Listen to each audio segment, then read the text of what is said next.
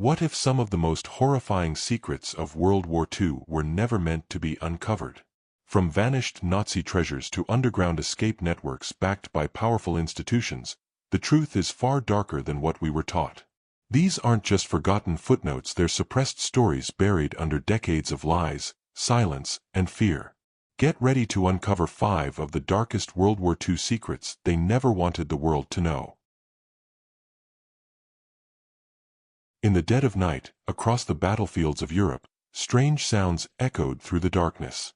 Tanks roared, soldiers marched, and radios crackled with coded orders. But as the sun rose, the enemies who listened discovered nothing. No tanks. No soldiers. No base. Just a field of inflatable rubber, canvas, and silence. This was the work of the Ghost Army. Officially known as the 23rd Headquarters Special Troops, this secretive U.S. Army unit operated in complete secrecy throughout 1944 and 1945. Composed of artists, sound engineers, set designers, and radio technicians, many of them drawn from New York art schools, Hollywood, and the advertising world, the Ghost Army was unlike any other military outfit. Their mission: to deceive and mislead the enemy using the tools of illusion. Using inflatable tanks that could be carried by 4 men, rubber planes, and dummy artillery, the Ghost Army built entire fake battalions overnight. When German reconnaissance planes flew overhead, they saw what looked like a massive armored division preparing for an assault. But it was just air and paint. Their sound division was equally impressive. With massive speakers mounted on jeeps, they played pre-recorded battlefield sounds, troop movements, tank engines, shouts, and commands. These were created in studios using the latest audio technology. The goal was to trick German troops into thinking a real army was nearby, drawing them away from actual Allied movements. Radio deception was another vital part of their operation. Skilled operators mimicked the communication patterns and personalities of genuine divisions. They sent out false orders, faked conversations, and planted misleading information to confuse German intelligence. In one case, a single radio operator pretended to be dozens of people coordinating an entire division. The Germans believed every word. One of their most audacious missions came before the Rhine River crossing in March 1945. Operation Viersen saw the Ghost Army simulate 2 entire divisions, over 30,000 men, with fewer than 1,100 troops. They created fake encampments, blasted sound effects through the night, and sent out bogus radio transmissions. German spies took the bait. As a result, Allied forces crossed the Rhine with far less resistance, tipping the scale of the war. The soldiers of the Ghost Army were unarmed. If discovered, they had no way to defend themselves. Capture would mean certain death, not just as soldiers, but as deceivers, considered spies under enemy law. Yet they operated just behind enemy lines, often within range of enemy artillery. Their bravery went unnoticed for decades, hidden by layers of classification and silence. The psychological warfare they conducted was groundbreaking. They understood that perception was as powerful as firepower. If the enemy believed they were outnumbered or misdirected, they would act accordingly. Every illusion was crafted with precision. Tire tracks were dragged behind fake tanks, laundry was strung up to suggest soldiers were stationed nearby, even campfires were carefully placed and extinguished. Their effectiveness lay not just in their tools, but in their art. The artists who once painted billboards and designed advertisements used their talents to craft a narrative the enemy would believe. It was the blending of creativity and warfare, deception and survival. Yet despite their success, saving thousands of lives by preventing direct confrontations, the Ghost Army was forgotten. Their operations remained classified until the 1990s. Families of the soldiers never knew the full extent of what their loved ones had done. No medals. No public recognition. Just silence. In recent years, documentaries, declassified documents, and first-hand accounts have brought their story to light. The U.S. Congress awarded the unit the Congressional Gold Medal in 2022, finally acknowledging the critical role they played. But many still don't know their name. Perhaps that's how they would have wanted it.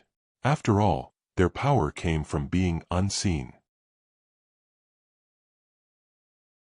In the waning days of World War II, as Nazi Germany crumbled under the combined pressure of Allied forces, a new kind of war was already beginning. One fought not on the battlefield, but in laboratories and research facilities. It was the dawn of the Cold War, and both the United States and the Soviet Union were scrambling to claim the greatest prize left behind by the defeated Reich, its scientists.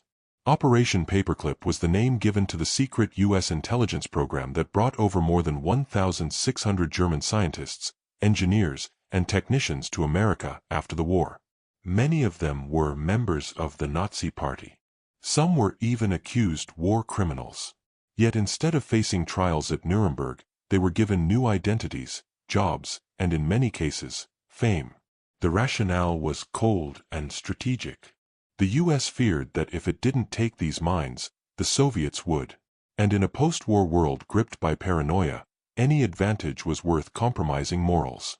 These men had developed cutting-edge technologies, rockets, chemical weapons, jet propulsion, and their knowledge was too valuable to waste. One of the most well-known recruits was Wernher von Braun. A charismatic genius, von Braun was instrumental in developing the V-2 rocket for Nazi Germany, a terrifying weapon that rained death on London and Antwerp. Thousands died in its attacks. Thousands more perished in the underground camps where it was built by slave laborers under brutal conditions. And yet, less than a decade after the war, von Braun was not in prison. He was in America, working for the U.S. Army, later becoming a key architect of the NASA space program. He designed the Saturn V rocket that would eventually carry American astronauts to the moon. In public, he was hailed as a visionary. His past, sanitized, scrubbed, forgotten. The name Paperclip came from the paperclips used to attach the newly altered biographies to the scientists' files. Officially, the U.S. government banned the immigration of former Nazis. But under Paperclip, military intelligence and the CIA simply bypassed these restrictions. They erased SS memberships from files, ignored war crime allegations, and rebranded these men as loyal assets to the cause of democracy. The ethical implications were staggering. Some paperclip scientists had direct links to horrific experiments on human beings. Dr. Hubertus Strughold, known as the father of space medicine, was accused of overseeing freezing experiments on prisoners in Dachau. Yet he was brought to Texas, where he contributed to the U.S. Air Force's medical research. A library was later named after him. Critics within the U.S. State Department objected. They saw it as a betrayal of justice and a stain on American ideals. But national security trumped morality. Files were sealed. Whistleblowers silenced. The public was never told the truth. The Soviets conducted a similar program, Operation Osoaviakim, kidnapping or coercing thousands of German scientists and forcing them to work in Soviet research centers. This arms race in scientific manpower marked the beginning of the technological rivalry that would define the 20th century. But while the Soviets were open about their methods, the U.S. cloaked Operation Paperclip in secrecy. For decades, most Americans believed the myth that the U.S. had simply outpaced the Soviets through innovation and freedom. The reality that some of the nation's greatest technological triumphs were built on the work of former Nazis was hidden. It wasn't until the 1970s that journalists and declassified documents began to reveal the truth.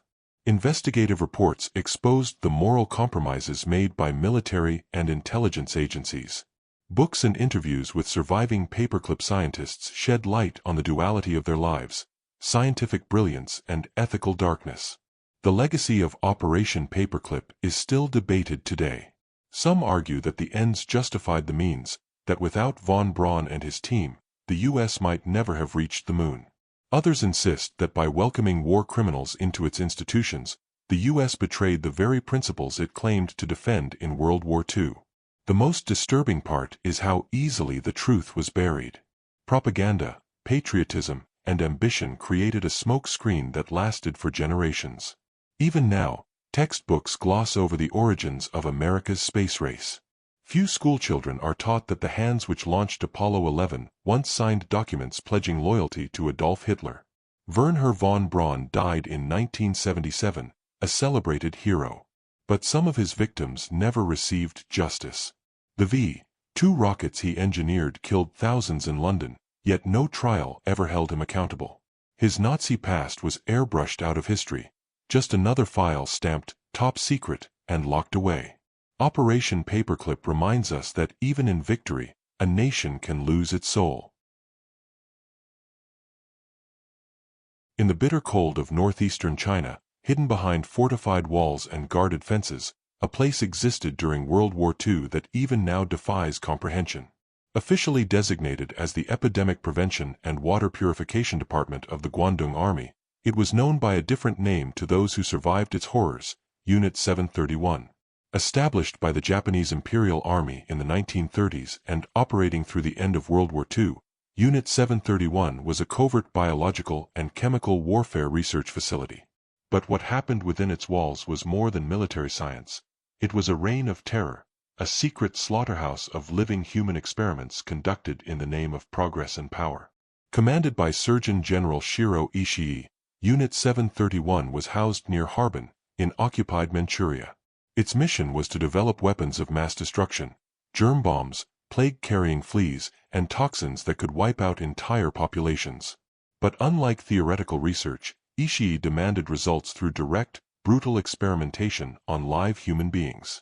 The victims, referred to as logs by the staff to dehumanize them, included Chinese civilians, Korean dissidents, Russian prisoners of war, and in some cases, even Allied captives. No one was safe. Men, women, children, and infants were taken without trial or record. Their existence ended in a place history tried to erase. Vivisection was common. Victims were dissected while still alive, without anesthesia, to study the effects of disease on internal organs.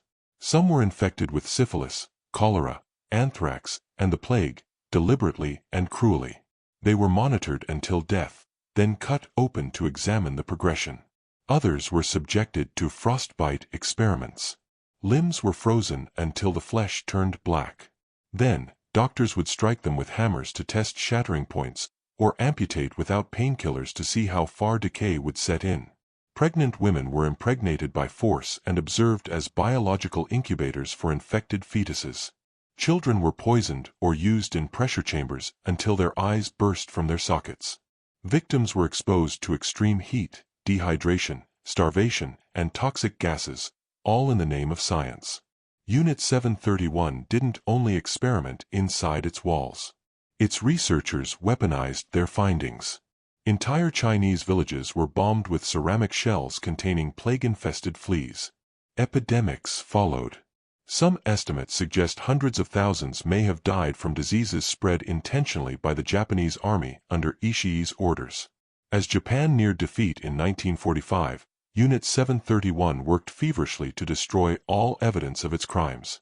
Victims were executed en masse. Buildings were burned. Researchers fled. But enough remained, testimonies from survivors, photographs, and scattered documents, to confirm the horrors that occurred. And yet, the worst betrayal came after the war. Rather than facing justice, General Ishii and many of his top scientists were granted immunity by the United States. In exchange for their research data, the U.S. secretly protected them from war crime prosecution. American intelligence saw Unit 731's findings as invaluable for its own biological warfare program during the emerging Cold War. Ishii reportedly negotiated directly with U.S. military officials, offering data gathered from human experiments that no Western scientist could ethically replicate. Washington agreed. The full extent of Unit 731's crimes was buried, not for the sake of diplomacy, but for scientific advantage. Unlike the Nuremberg trials, where Nazi doctors were executed for similar atrocities, no equivalent tribunal was held in Asia. The Tokyo War Crimes Tribunal omitted Unit 731 entirely. Survivors' testimonies were ignored. Justice was denied. In the decades that followed, Japan remained largely silent. Unit 731 was excluded from history books. Veterans who served there faced no consequences. Some even resumed careers in medicine, education, and government. A few went on to lead major Japanese pharmaceutical companies. Only in recent years has the truth begun to resurface. Chinese victims and international historians have fought to reveal what happened. Mass graves have been discovered near the old facility. Eyewitnesses have testified. And still, many governments, Japan and the US included, have never officially acknowledged or apologized for their roles in covering up these crimes. To this day, Unit 731 remains a shadow in the world's memory, an atrocity unmatched in its scale, cruelty, and concealment. It challenges our belief in civilization, our trust in science, and our faith in justice. It forces us to ask, what are we willing to ignore for the sake of progress? And how long can the dead wait before the truth is finally heard? The silence around Unit 731 isn't just historical neglect.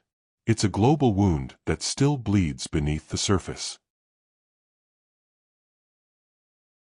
As the guns fell silent in 1945 and the Nazi Empire collapsed, the victorious Allies celebrated the promise of justice. The Nuremberg trials had begun, and the world watched as top Nazi leaders were put on trial for their crimes. But while a handful of prominent figures faced judgment, hundreds, possibly thousands, of others vanished into the shadows. They didn't just disappear. They escaped. And many did so with help from one of the most unexpected sources imaginable, the Vatican. The network that aided these Nazi war criminals was known as the Rattlins, a secret web of escape routes that funneled former SS officers, Nazi collaborators, and fascist leaders from Europe to South America, especially Argentina, Brazil, and Chile. It was an operation that thrived in the confusion of post-war Europe, exploiting chaos, compassion, and the machinery of the Catholic Church. The Vatican, a sovereign city-state and spiritual heart of the Catholic world, had long maintained a powerful presence across Europe. Its humanitarian efforts during and after the war were vast, providing shelter to refugees, feeding the starving, and offering hope in a shattered continent. But buried within this vast bureaucracy were individuals who believed their mission extended to saving souls, even if those souls wore swastikas. Among the most notorious figures involved was Bishop Alois Hudel, an Austrian cleric stationed in Rome who openly sympathized with National Socialism. Hudel believed the Allies were unjustly persecuting German patriots. He used his influence, church contacts, and access to Vatican-issued travel documents to assist war criminals in escaping Europe. One of the most high-profile beneficiaries was Adolf Eichmann, the architect of the Holocaust's logistics. After the war, Eichmann disappeared from sight. With help from the Rattlins, he traveled from Europe to Argentina under a false name, Ricardo Clement, using Red Cross documents allegedly secured by Catholic intermediaries. He lived in Argentina for over a decade before being captured by Israeli Mossad agents in 1960. Another was Joseph Mengele, the infamous Angel of Death, from Auschwitz. He conducted horrific experiments on twins, children, and pregnant women. After the war, Mengele used Rattlin channels to escape to South America. He lived for decades under various identities, eluding capture until his death by drowning in Brazil in 1979. The question remains, why would the Vatican assist these men? The answer lies in a volatile mix of ideology, fear, and pragmatism. For some within the Church, anti-communism became the defining cause after World War II. The Soviet Union, an atheist superpower, was expanding its influence across Europe. To many in the Catholic hierarchy, former fascists, despite their monstrous pasts, were seen as a necessary buffer against communism. In their eyes, helping a Nazi escape was not aiding evil, it was preserving the West from another kind of tyranny. Furthermore, the post-war refugee crisis created a loophole-filled environment ripe for manipulation. The Red Cross issued travel documents to displaced persons in good faith, relying on churches and aid groups to vouch for identities. The system was easily exploited. Nazi fugitives often received papers under fake names and were quickly moved out of Europe before authorities could investigate. Argentina, under President Juan Perón, welcomed these arrivals. Perón admired aspects of fascist ideology and saw the fleeing Nazis as a source of scientific and military knowledge. Buenos Aires became a haven for fugitives, some living openly under new names, building lives as teachers, engineers, and even businessmen. For decades, the Vatican denied any organized involvement in these Rattlins. But historians have uncovered a growing body of evidence, declassified intelligence documents, testimonies, and church records that suggest at least some within the Vatican hierarchy knew what was happening and either turned a blind eye or actively participated. In 1999, the U.S. government's Nazi War Crimes Disclosure Act led to a flood of declassified documents that confirmed the use of Vatican channels in Nazi escapes. The CIA, British MI6, and other agencies were aware of the Ratlins, but often chose not to interfere, particularly as Cold War tensions grew and ex-Nazis were occasionally recruited into anti-Soviet efforts. Despite this, the Vatican has never fully opened its archives from the wartime period, fueling speculation about the full extent of its role. Pope John Paul II acknowledged the Church's failure to speak out against Nazi atrocities during the war, but no formal apology has been issued for post-war assistance to war criminals. The Ratlins represent a disturbing collision of faith and fear, where moral clarity was sacrificed for political calculation. The Church, meant to be a beacon of compassion and truth, became, for some, a smuggler's gate, offering sanctuary not to the innocent, but to the damned. What makes this story especially chilling is how easily compassion was twisted into complicity. How easily systems meant to save lives were used to shield monsters. And how, in the fog of history, so many perpetrators disappeared, not because they ran fast, but because powerful hands cleared the path for them. Today, some of those old Ratlin routes have been mapped, memorialized in museum exhibits and historical texts. But others remain obscured. Some names were never recorded. Some graves were never found. And some secrets may still lie in the locked drawers of ancient stone halls, beneath the painted ceilings of Rome. Of all the mysteries surrounding World War II, few are as haunting, or as maddening, as the fate of the Amber Room. Once considered the eighth wonder of the world, this breathtaking chamber of golden resin and semi-precious stones vanished without a trace during the chaos of Hitler's war. Despite decades of searching, its final resting place remains one of the greatest unsolved secrets of the modern era. The Amber Room was originally constructed in the early 18th century in Prussia and later gifted to Peter the Great of Russia. It was installed in the Catherine Palace near St. Petersburg and became a symbol of imperial opulence. The room was an astonishing achievement in craftsmanship. Over 6 tons of carved amber panels, backed with gold leaf and mirrors, covered every inch of the chamber. When sunlight streamed in, the room seemed to glow with an otherworldly light. By the time the Nazis launched Operation Barbarossa in 1941, the Amber Room had been on display for nearly 2 centuries. As the German army closed in on Leningrad, modern-day St. Petersburg, museum curators tried desperately to remove the priceless panels. But amber is fragile, and there wasn't time.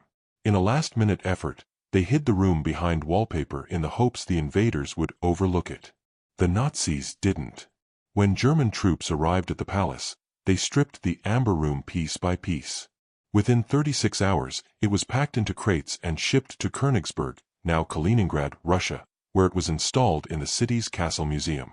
For 3 years, it remained on public display, gleaming and whole, even as war raged around it. Then, in 1944, Allied bombing raids devastated Königsberg. The castle was hit. Fires raged. And after that, silence. When Soviet forces captured the city in 1945, the Amber Room had vanished. The Nazis claimed it was destroyed in the bombing. Some Soviet investigators believed it had been hidden before the fall. But no trace remained, no fragments, no documents, no photos of its final condition. Just ghosts. In the decades since, treasure hunters, historians, and intelligence agencies have scoured Europe in search of clues. Theories abound. Some believe the Nazis moved the room to a mine deep in the Ore Mountains or the Austrian Alps, as part of a last-ditch plan to preserve looted treasures in subterranean bunkers. Others suspect it lies at the bottom of the Baltic Sea, sunk aboard the Wilhelm Gustloff or another German ship fleeing Soviet advances. There are even darker whispers. Some say Hitler ordered the Amber Room destroyed rather than let it fall into Soviet hands. Others suspect it was taken by rogue SS officers, hidden in secret vaults now guarded by silence and time. In some versions of the tale, it still exists, intact, forgotten, gathering dust behind a false wall in some abandoned East German bunker. The The Soviet Union treated the Amber Room's loss as a national humiliation. After the war, the Kremlin launched numerous investigations, some involving torture and forced confessions. Yet no conclusive evidence ever emerged. In 1979, hope returned when fragments of the room, 3 small pieces, surfaced in the hands of a West German soldier's son. They had been stolen during the war. More fragments have occasionally appeared on the black market, but none have led to the chamber's recovery. In the early 2000s, after decades of fruitless searching, Russian craftsmen undertook a massive reconstruction effort. Using historical photos and surviving sketches, they recreated the Amber Room in the Catherine Palace, unveiling it in 2003. It is a stunning tribute. But to many, it is a replica, a ghost. The original still haunts the imagination. What makes the Amber Room mystery so compelling is not just the loss of beauty, but the sense of betrayal and obscurity. How could one of the world's most famous treasures, known, admired, and documented, simply vanish? How could an entire room, glimmering in golden splendor, slip through the cracks of history? In recent years, new technologies like ground-penetrating radar and AI-aided analysis of Nazi records have breathed fresh life into the search. Old bunkers are being reopened. Sunken ships are being scanned. The hope still burns. But the mystery endures. Some say the Amber Room is cursed, that those who seek it will find only madness. Over the years, treasure hunters have died in accidents, plane crashes, or under suspicious circumstances. A journalist investigating the room's whereabouts disappeared in 1997. Another researcher was found dead in a Bavarian forest, his notes burned, his body riddled with strange injuries.